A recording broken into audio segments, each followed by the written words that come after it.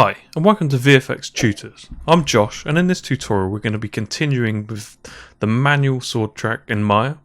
So you might be following this in some other software, but the principles are exactly the same. So yeah, in the previous one we did our keyframes, our key poses are like our main ones. And we did that every 10 frames. So now what we'll do, we'll go through and we'll do like our in-betweens. So I've got my Maya file open now. And you can see in the previous one that we made this sort of blocked out animation. And what we need to do now is just go through and just sort of, before we start refining it anymore, we can start doing some in-between frames to help us.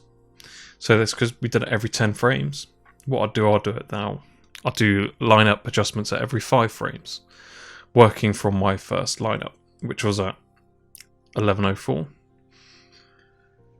So I'm gonna work backwards again because it's the simplest, and we're going to focus on the more difficult movements at the end because these will probably be much easier to do. So I'm just going to go back to frame 1095, and then I'm just going to do the same thing. I'm just going to go through and I'm going to start refining the position, and I think maybe a lot of these won't need very much sort of refining. What we can do, we can sort of see, looking at this hilt, we can see it needs to be rotated. So just translate it down a tiny bit, because we kind of want to keep as much as of our initial poses animation as possible, and just sort of fix the sort of rotations. There will be some sort of translation adjustments, but you should be able to get most of these with minor translations and rotations for the sword blade. So we sort of, let's rotate that round.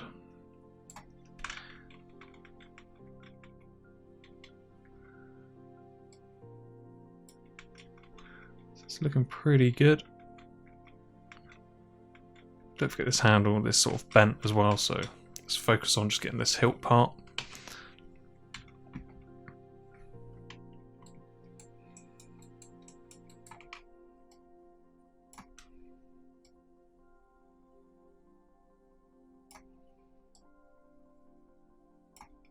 So that looks pretty good. So let's go down to here and check we've not thrown anything off. It's just a sword handle, but we already know that. So now if we go between our keyframes, the animation's still looking good. It's obviously still wobbling off, but this is where, once we've done our in-betweens, because hopefully a lot of this stuff will be got by our sort of in-between keyframes, then it'll just be adding some keyframes in different places, because we don't really want to keyframe every single frame. We want to avoid that if we can, but it's probably unavoidable in this case. But we'll worry about that. See, it sort of comes down and wobbles a bit. We'll worry about that once we've done our in-betweens on the 5th frames. So I'm just going to do the same thing. This looks like more just a tiny translation.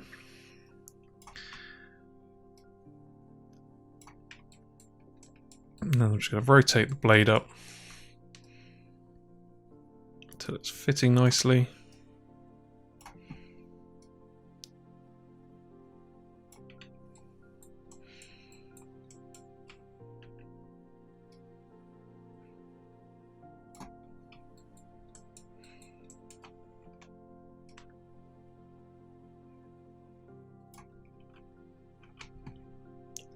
Tiny bit too much.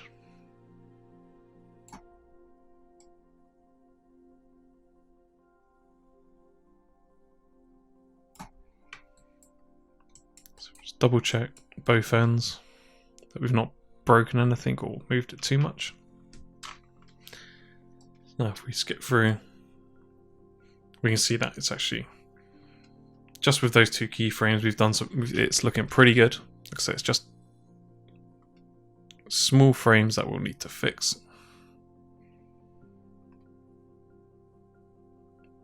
And where these larger movements start to happen, that's where we'll probably have to translate it a little bit more.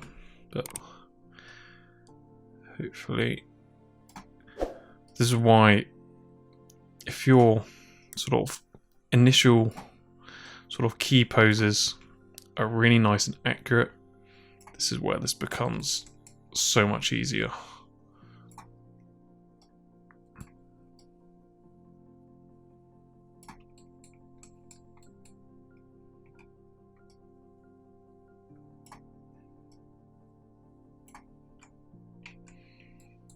Let's check all the sword.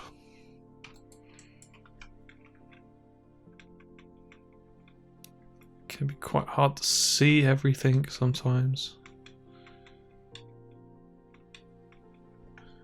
I need to translate it down a tiny bit.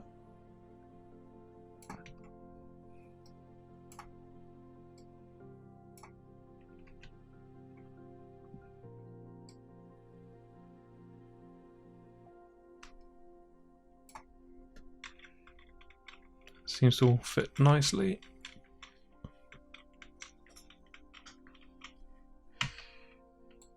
And if we just check the sword.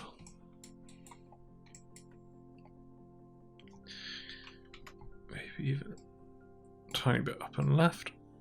Just to get in the middle of that blur. So now if we just go for our tween and see our animation, we can see it's looking really smooth and nice. Yeah, so you can use the graph editor at this point, but at this moment I just want to get it looking nice in the camera. We can use the graph editor a little bit later for the fine tuning. So it's pretty much the same as before, just going through, getting these single frames nice.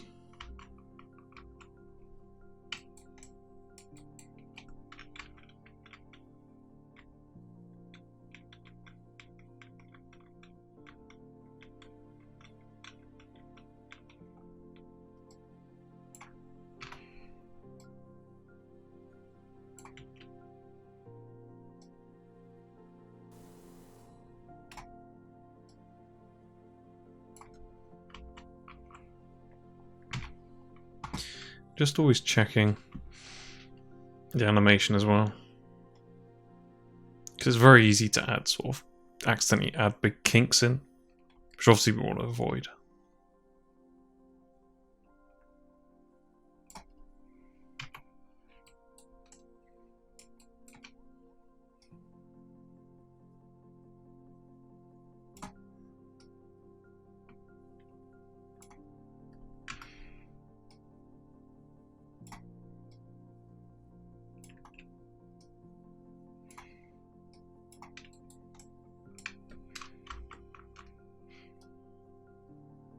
See how it's working nicely.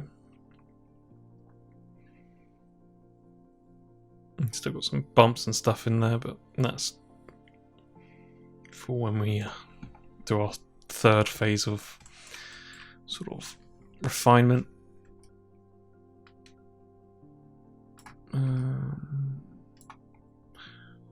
Why as our tool?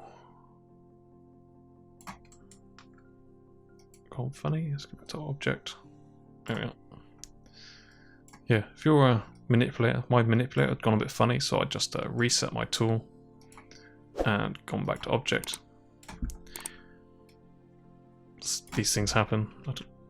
I might have pressed a button by accident, I don't know, but it's always good to double check that you're always animating in the same orientation.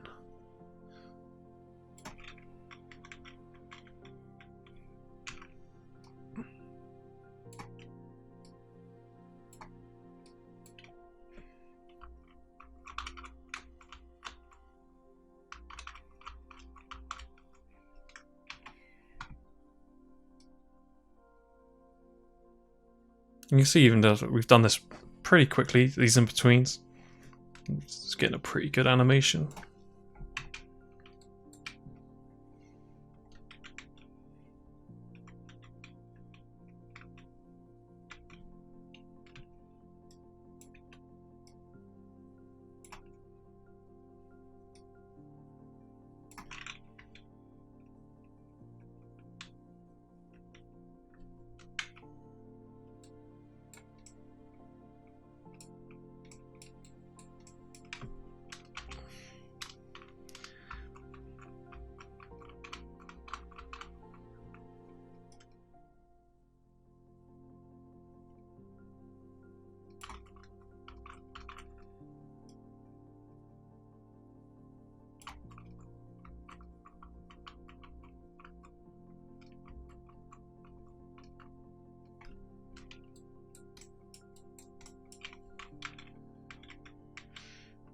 See, we've got some...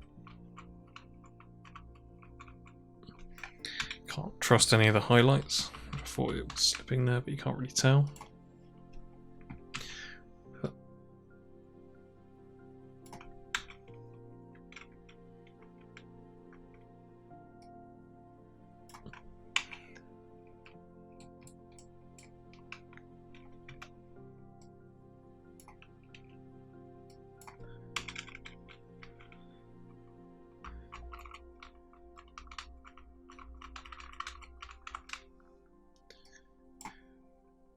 And with these smaller range of movements, we don't really have to move much.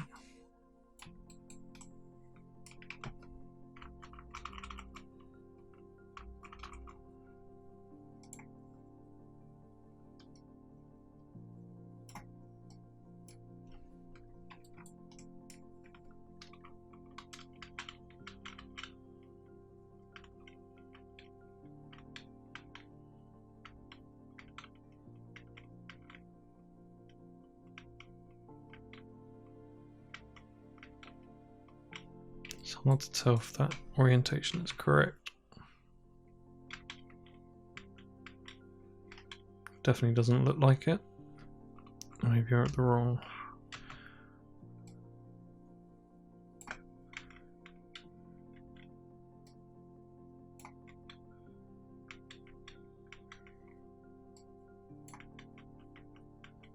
It looks a bit better. Which probably means that maybe even one of our frames is slightly off. So we'll just check that next. Our last frame as well.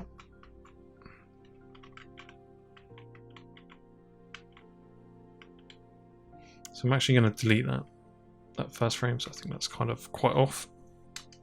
And instead of adjusting it from an old bad position, I'm letting the last frame sort of guess it.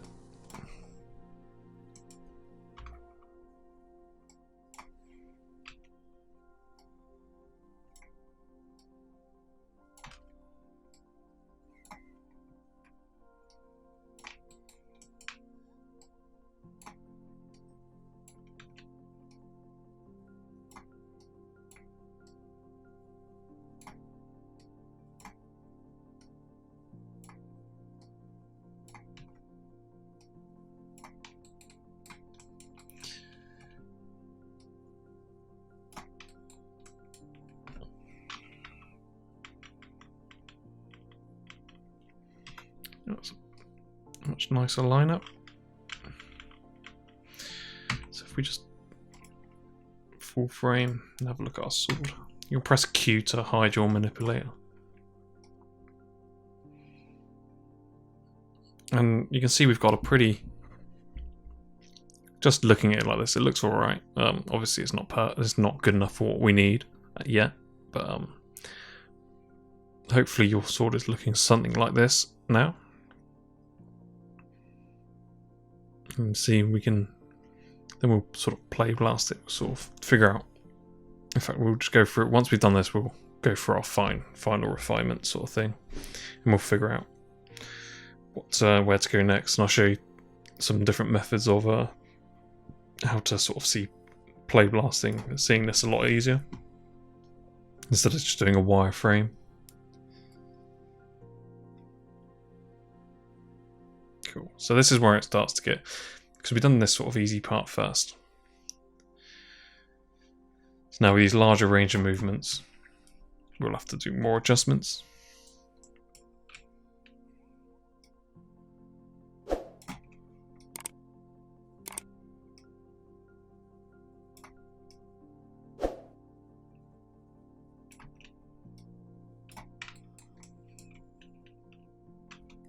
And you can sort of see the motion blur up here is you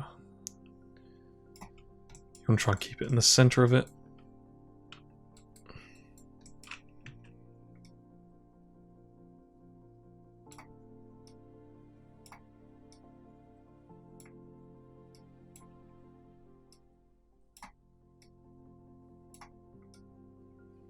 And probably the best thing about this is, like, the hardest part, all you really have to do is get these bolts and handle lined up, because most of our reference on getting these bolts lined up and this sort of orientation of this.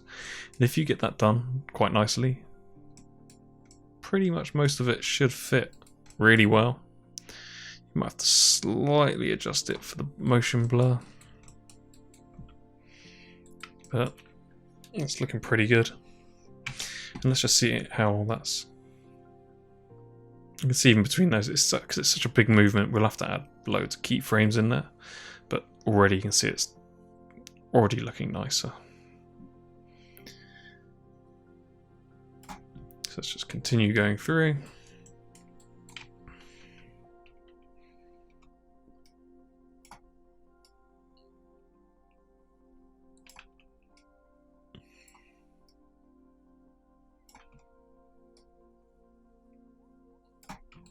Hopefully this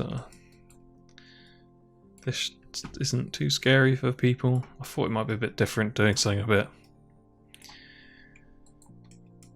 I guess, like horror, I guess, or thriller. It's not really. Most people do like, I don't know. There's just not much of it about, I guess.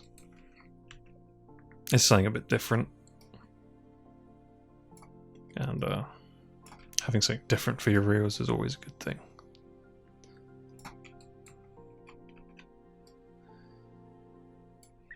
And it's just... I think most of this section we're going to have to do a lot of keyframes in between, but it's surprisingly actually working quite nicely. And that's why the accuracy of your lineups are quite important. Could save you a lot of pain. Because at the moment, it's only these big movements that I'm going to have to change it, but if I just do very small adjustments,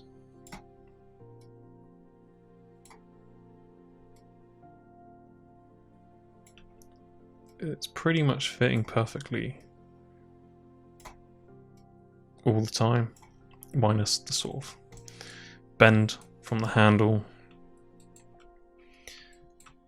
to the blade.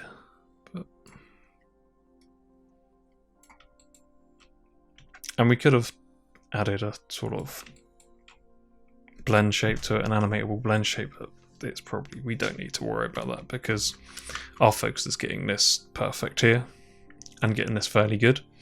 Because when we put the blade on, as long as it sticks to this and just mimicking the sort of movement, it should work really well.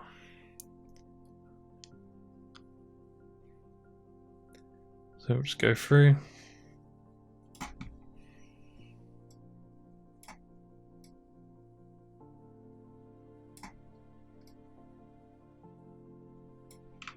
Even on that keyframe, we didn't even really have to do much.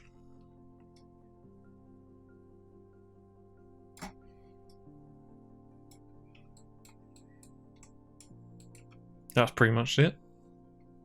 Obviously, we still have to add some extra frames in either side, but we'll do all that in the next tutorial. Depending on how long this one is. The first one was quite long. Trying not to do these massive long ones because I'm not sure if everyone really wants to watch really long ones or whether if you'd like shorter, faster ones. I'm just trying to get as much info in there as you can for you guys. Unfortunately, sometimes it's hard to try and keep a tutorial under an hour sometimes, but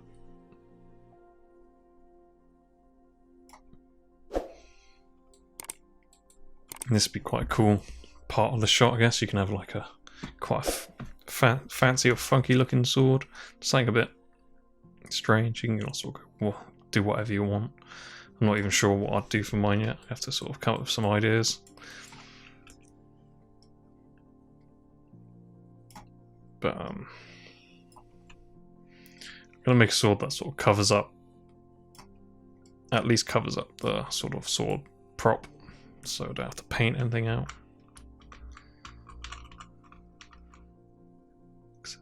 If we can avoid doing extra work on something, we should try and aim to do that.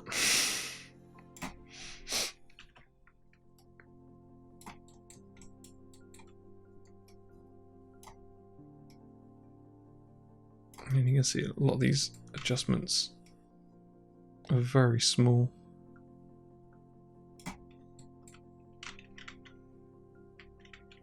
You can sort of see the angles off here, so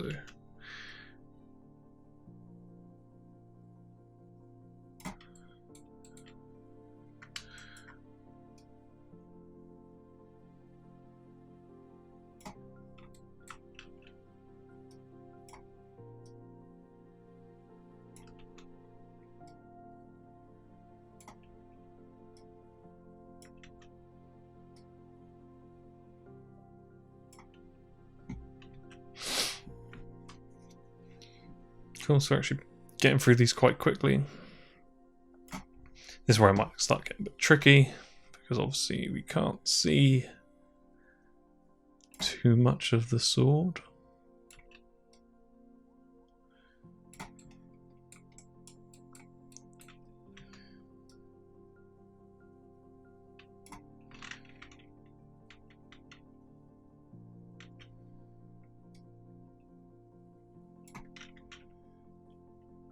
You can see the holes here actually.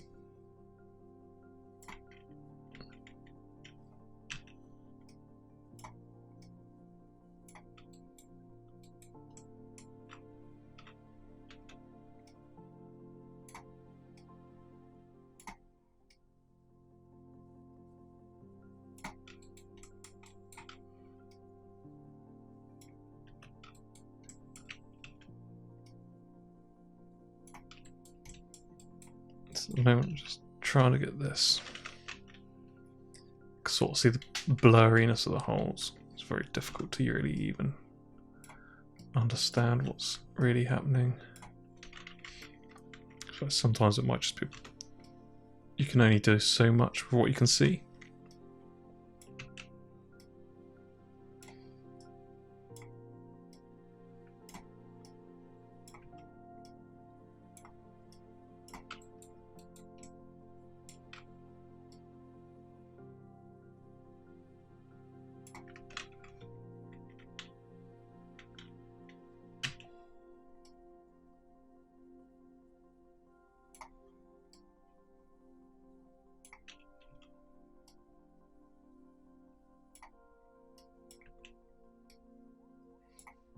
So I can see the handle. I'm just trying to match the length so I can get the depth correct.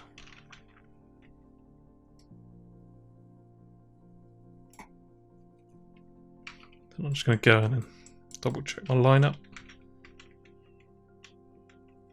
I feel that's probably more like that.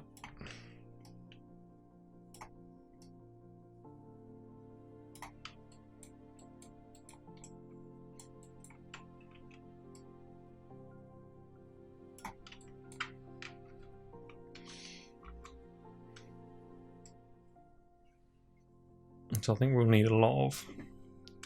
We'll probably need to keyframe all of that.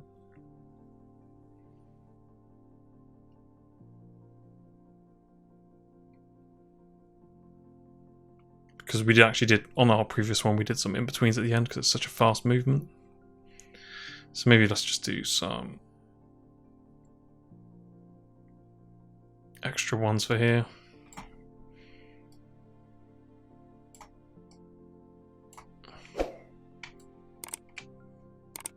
Just so I kind of want us to get on this part of this tutorial, just get something that looks nice but needs work, basically.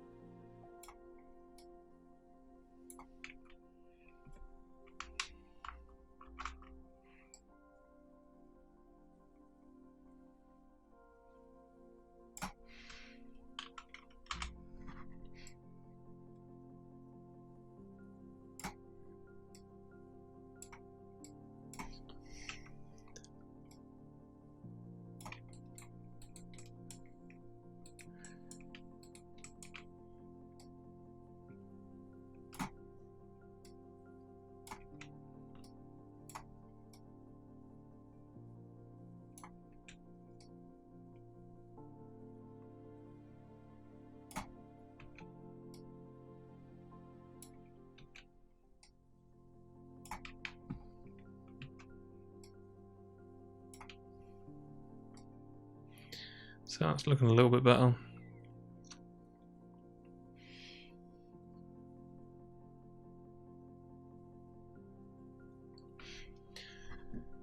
Cool, so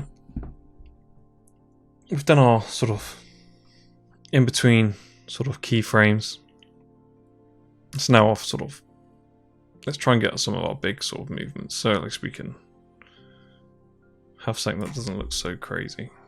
So it's just this end part, really. Let's just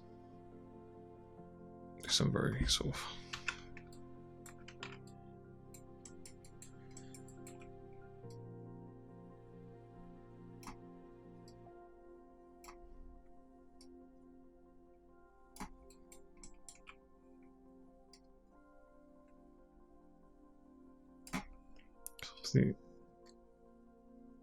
this is where we start needing to go into our sort of final refinement, and this is where it's going to take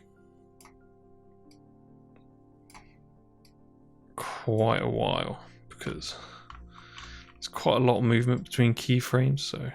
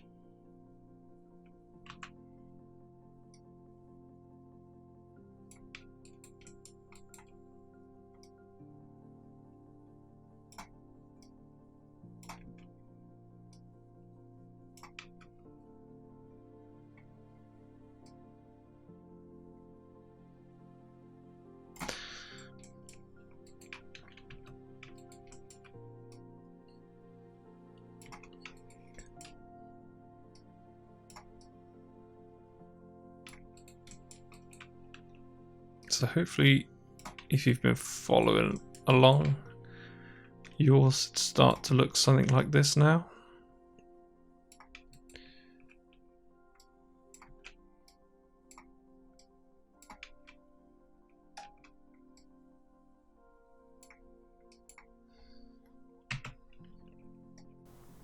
And obviously that's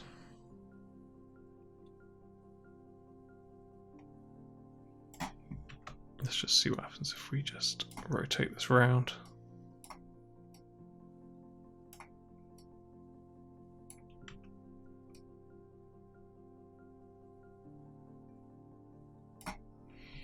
That's probably something like that.